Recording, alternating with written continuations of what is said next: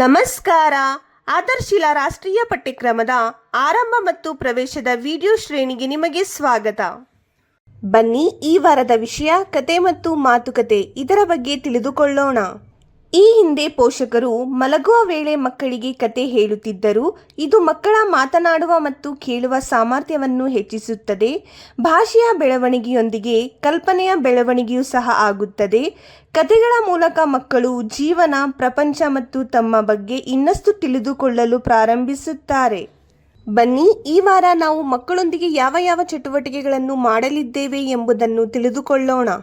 ಬನ್ನಿ, ಸೋಮವಾರ ಮತ್ತು ಮಂಗಳವಾರ ಮಾಡಬೇಕಾದ ಚಟುವಟಿಕೆಗಳ ಬಗ್ಗೆ ತಿಳಿದುಕೊಳ್ಳೋಣ. ಬ್ಲಾಕ್ 1, ಸ್ವಾಗತ ಮತ್ತು ಆಟ. ಎಲ್ಲಾ ಮಕ್ಕಳನ್ನು ಅಪ್ಪಿಕೊಂಡು ಸ್ವಾಗತಿಸಿ. ನಂತರ ಸ್ವಚ್ಛತೆ ಪರಿಶೀಲಿಸಿ.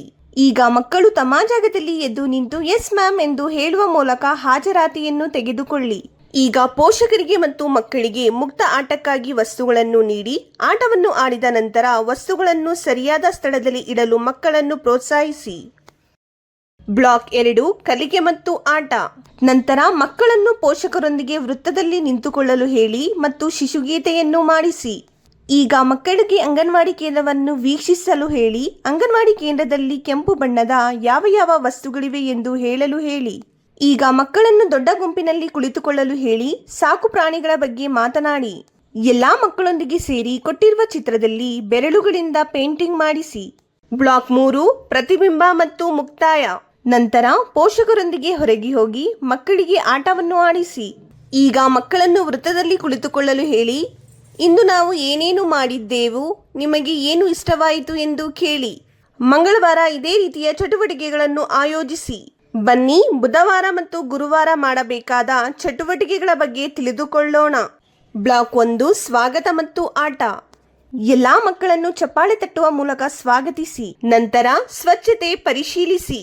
ಈಗ ಮಕ್ಕಳು ತಮ್ಮ ಜಾಗದಲ್ಲಿ ಎದ್ದು ನಿಂತು ಎಸ್ ಮೇಡಮ್ ಎಂದು ಹೇಳುವ ಮೂಲಕ ಹಾಜರಾತಿಯನ್ನು ತೆಗೆದುಕೊಳ್ಳಿ.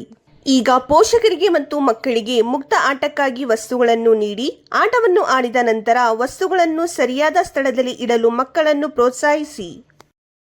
ಬ್ಲಾಕ್ 2, ಕಲಿಕೆ ಮತ್ತು ಆಟ. ಈಗ ಪೋಷಕರು ಮತ್ತು ಮಕ್ಕಳು ವೃತ್ತದಲ್ಲಿ ಕುಳಿತುಕೊಳ್ಳಿ. ಅವರಿಗೆ ಸಿಂಹ ಮತ್ತು ಇಲಿ ಕಥೆಯನ್ನು ಹೇಳಿ. ಈಗ ಮಕ್ಕಳಿಗೆ ಅಂಗನವಾಡಿ ಕೇಂದ್ರವನ್ನು ವೀಕ್ಷಿಸಲು ಹೇಳಿ. ಅಂಗನವಾಡಿ ಕೇಂದ್ರದಲ್ಲಿ ನೀಲಿ ಬಣ್ಣದ ಯಾವ ಯಾವ ವಸ್ತುಗಳಿವೆ ಎಂದು ಹೇಳಲು ಹೇಳಿ. ಈಗ ಮಕ್ಕಳನ್ನು ದೊಡ್ಡ ಗುಂಪಿನಲ್ಲಿ ಕುಳಿತುಕೊಳ್ಳಲು ಹೇಳಿ. ಸಾಕು ಪ್ರಾಣಿಗಳ ಬಗ್ಗೆ ಮಾತನಾಡಲು ಹೇಳಿ.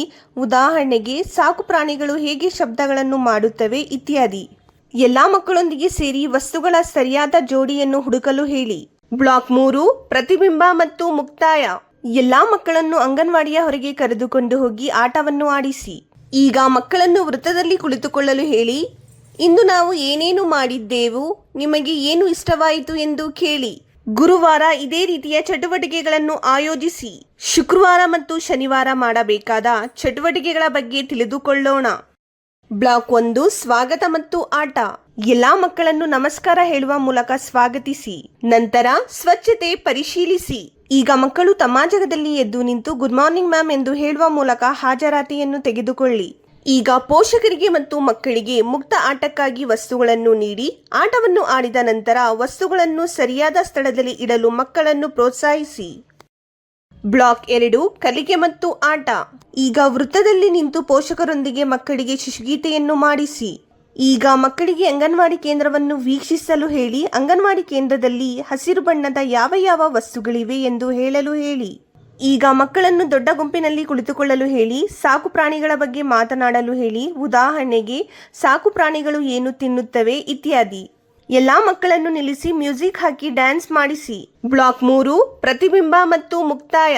ಎಲ್ಲಾ ಮಕ್ಕಳನ್ನು ಅಂಗನವಾಡಿಯ ಹೊರಗೆ ಕರೆದುಕೊಂಡು ಹೋಗಿ ಆಟವನ್ನು ಆಡಿಸಿ. ಈಗ ಮಕ್ಕಳನ್ನು ವೃತ್ತದಲ್ಲಿ ಕುಳಿತುಕೊಳ್ಳಲು ಹೇಳಿ. ಇಂದು ನಾವು ಏನೇನು ಮಾಡಿದ್ದೆವು, ನಿಮಗೆ ಏನು ಇಷ್ಟವಾಯಿತು ಎಂದು ಕೇಳಿ. ಶನಿವಾರ ಇದೇ ರೀತಿಯ ಚಟುವಟಿಕೆಗಳನ್ನು ಆಯೋಜಿಸಿ. ಇಂದು ನಾವು ಕತೆಗಳು ಮತ್ತು ಮಾತುಕತೆಯ ಪ್ರಾಮುಖ್ಯತೆ ಬಗ್ಗೆ ತಿಳಿದುಕೊಂಡಿದ್ದೇವೆ.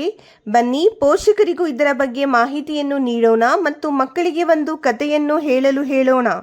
ಮಕ್ಕಳೊಂದಿಗೆ ಮಾಡಿದ ಚಟುವಟಿಕೆಗಳ ಬಗ್ಗೆ ನಿಮ್ಮ ಅನುಭವಗಳನ್ನು ದಯವಿಟ್ಟು ನಮ್ಮೊಂದಿಗೆ ಹಂಚಿಕೊಳ್ಳಿ. ಧನ್ಯವಾದಗಳು.